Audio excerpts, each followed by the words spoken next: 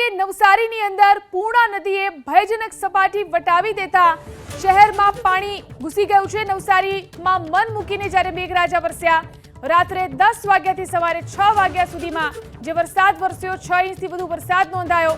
આ કારણે પૂર્ણા નદી ભયજનક સપાટીથી 1 ફૂટ ઉપર વહી રહી છે।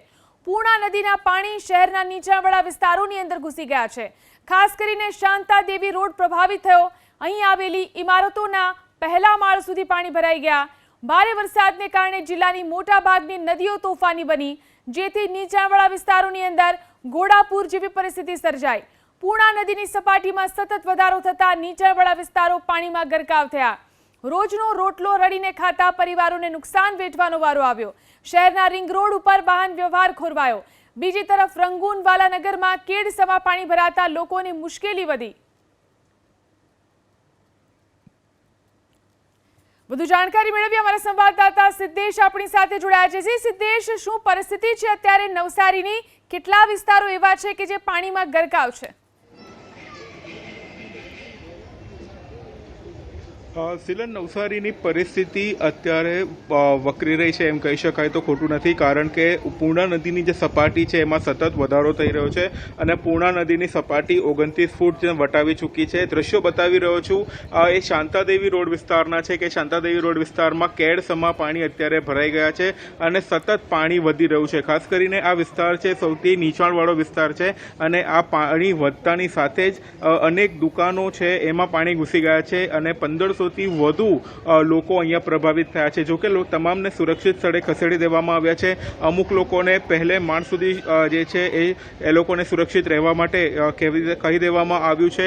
નગરપાલિકાની ટીમ સતત નીચાણવાળા વિસ્તારોમાં જે છે એ મોનિટરિંગ કરી રહી છે અને નીચાણવાળા વિસ્તારોમાં જે પણ લોકો છે એને જે ફસાયા છે એ લોકોને કાઢવા માટેની કામગીરી પણ કરી રહી છે। અહીંયા કેટલીક સેવાભાવી સંસ્થાઓ પણ આવી પહોંચી છે। આપણે એમની સાથે વાત કરીશું। શું નામ તમારું, શું પરિસ્થિતિ છે? રાકેશ ગિરાસે મારું નામ છે અને આજે પૂર્ણા નદીમાં પૂર આવ્યા છે, જે પાણી સતત નીચાણવાળા વિસ્તારમાં વધી રહ્યા છે અને લોકોના સ્થળાંતરની પ્રોસેસ ચાલુ છે અત્યારે। અને અત્યારે રેડક્રોસની જે ટીમ છે અમે અત્યારે અહીંયા શાંતાદેવી પર જે પાણી ભરે છે તે રીતે અમે સર્વે કરવા આવ્યા છે। જ્યારે આ પાણી વધી જશે અને જે લોકો છે અહીંયા ફસાયેલા તે લોકોને જે વસ્તુ જરૂરી હશે, જેમ કે દૂધ, પાણી, ખાવાનું, તે અમે પહોંચાડીશું આ સર્વે દ્વારા। જે બપોર પછી જે પાણી વધી જશે અને એ લોકોને જરૂર પડશે અમે તે પ્રમાણે અમે કામગીરી કરશું। કેટલા લોકો છે હજી અંદર? અત્યારે ગણતરી ના કરે કે પાણી હજુ વધી રહ્યું છે, હજુ આનાથી સંખ્યા વધી શકે। બહોળી પ્રમાણમાં અત્યારે સંખ્યા વધે છે અને ઘણા લોકોને સ્થળાંતર કરવામાં આવે છે, જેમ કે અત્યારે અમારા ગૌશાળામાંથી ગાયોને જેમ સ્થળાંતર કરવામાં આવે છે, લોકોને સ્થળાંતર કરે એ રીતે જરૂરિયાત વધતી જશે। ઝિલન, ચોક્કસ આ દ્રશ્યો ફરી એકવાર બતાવવા માંગી છે। શાંતાદેવી રોડ ઉપર સતત પાણી વધી રહ્યું છે। જ્યારે એબીપી અસ્મિતાની ટીમ જ્યારે અહીંયા પહોંચી હતી ત્યારે ઘૂંટણસમાં પાણી હતા, પરંતુ અત્યારે આખો વિસ્તાર જળબંબાકારમાં ફેરવાઈ ગયો છે, આખો વિસ્તાર બેલ્ટમાં ફેરવાઈ ગયો છે। આ દુકાનો બતાવી શકીશ, આ દુકાનોમાં પણ 1-1 ફૂટ જેટલા પાણી ભરાઈ ગયા છે। લોકો ઉપર પોતાને સુરક્ષિત સ્થળે લઈ ગયા છે। ખાસ કરીને જે આ નીચાણવાળો વિસ્તાર છે સૌથી અસરગ્રસ્ત વિસ્તાર કહી શકાય નવસારીનો। રંગૂનવાલા સાથે જોડાયેલા રહેજો। નવસારી નગરપાલિકાના પ્રમુખ મિનલબેન આપણી સાથે જોડાયા છે। મિનલબેન, નવસારીની અંદર પાણી જ પાણી દેખાઈ રહ્યું છે, શું અત્યારે સ્થિતિ છે? ખાસ કરીને પૂર્ણા નદીનું જળસ્તર ત્યારે વધ્યું છે, કયા કયા વિસ્તારો પ્રભાવિત છે? નીચાણવાળા બધા વિસ્તારો પ્રભાવિત થઈ ચૂક્યા છે। ઉપરવાસમાં વરસાદ ઘણો હોવાથી અહીંયા પાણી આવી ગયા છે। અમે દરેક જગ્યાએ સ્થળ નિરીક્ષણ કરી રહ્યા છે અને તંત્ર પણ એલર્ટ છે અને ફૂડ પેકેટની પણ બધી વ્યવસ્થા કરી દીધી છે। તંત્ર અમારો સ્ટાફ, માઇનર, સેનેટરી, ફાયર દરેક ટીમને અમે લગાડી દીધી છે કામ પર। મિનલબેન, શું બપોર પછી જળસ્તરમાં વધારો થઈ શકે છે? હા, હવે તો ઉપરવાસમાં જે પ્રમાણે વરસાદ પડે એ તો કદાચ વધારે થયો તો પાણીની આવવાની વ્યવસ્થા અને પાણીની આવીની શક્યતા કરી। શું લાગી રહ્યું છે, કેટલા લોકોને સ્થળાંતરિત કરવા પડશે? નીચાણવાળા વિસ્તારમાં જે છે તેને અત્યારે પ્રોગ્રેસમાં છે, ચાલી રહ્યું છે કામગીરી। એ પ્રમાણે અમે જેમ બહાર જેટલા જલ્દી નીકાળીએ એમને સ્કૂલોમાં સ્થળાંતર કરી રહ્યા છે અમે એ લોકોનું। ખાસ કરીને જે નીચાણવાળા વિસ્તારો છે મિનલબેન, જ્યાં આટલું બધું પાણી જોવા મળી રહ્યું છે, શું ત્યાંથી પાણી ઓછું થાય તેવા કોઈ શક્યતાઓ લાગી રહી છે? અત્યારે ઓછું નથી થયું, છે તેટલું જ ને તેટલું જ પાણી છે। ઓછું થવાની અત્યારે કોઈ શક્યતા દેખાતી નથી। જી આભાર અમારી સાથે જોડાઈને વાત કરવા માટે। તો પાણી ઓછું થવાની કોઈ જ શક્યતા અત્યારે જોવા મળી રહી નથી।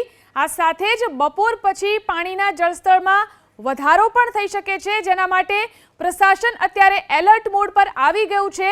જે રીતે નવસારીની અંદર વરસાદ ખાબક્યો છે, પાણી જ પાણી અનેક વિસ્તારોની અંદર થઈ ગયું છે, કેટલાક લોકોને સ્થળાંતરિત કરી અને તેમને સુરક્ષિત સ્થાન પર લઈ જવામાં આવી રહ્યા છે. લોકોના ઘર અને મકાનની અંદર પાણી ભરાઈ ગયું છે. અમારા સંવાદદાતા સિદ્ધેશ આપણી સાથે જોડાયેલા છે. જી સિદ્ધેશ, શું એવું લાગી રહ્યું છે કે બપોર પછી આ જળસ્તરમાં વધારો થશે, અને જો વધારો થાય છે તો કેવી સ્થિતિ થઈ શકે? ઝીલન, મહત્વની વાત એ છે કે ખાસ કરીને ઉપરવાસમાં એટલે કે ડાંગ જિલ્લાના સુબીર અને સુરત જિલ્લાના મહુવામાં જે વરસાદ પડ્યો છે, અને સાથે જ સુરત મહુવા જે ડાંગ જિલ્લો છે એને મહારાષ્ટ્રની બોર્ડર પણ અડીને આવે છે, કારણ કે મહારાષ્ટ્રમાં પણ અનેક ડેમો જે છલકાયા છે એનું પાણી ડાંગ જિલ્લા થકી પૂર્ણા નદીમાં આવતું હોય છે, અને આ પૂર્ણા નદીમાં આવતા જ એની જળ સપાટીમાં વધારો થયો છે. જોકે બપોર પછી હજી સુધી પાણી જે છે એ વધી શકે છે ચોક્કસ. અત્યારે પણ શાંતાદેવી રોડ ઉપર જ્યારે અત્યારે આપણે ઉપસ્થિત છે ત્યારે પણ સતત પાણીમાં વધારો થઈ રહ્યો છે.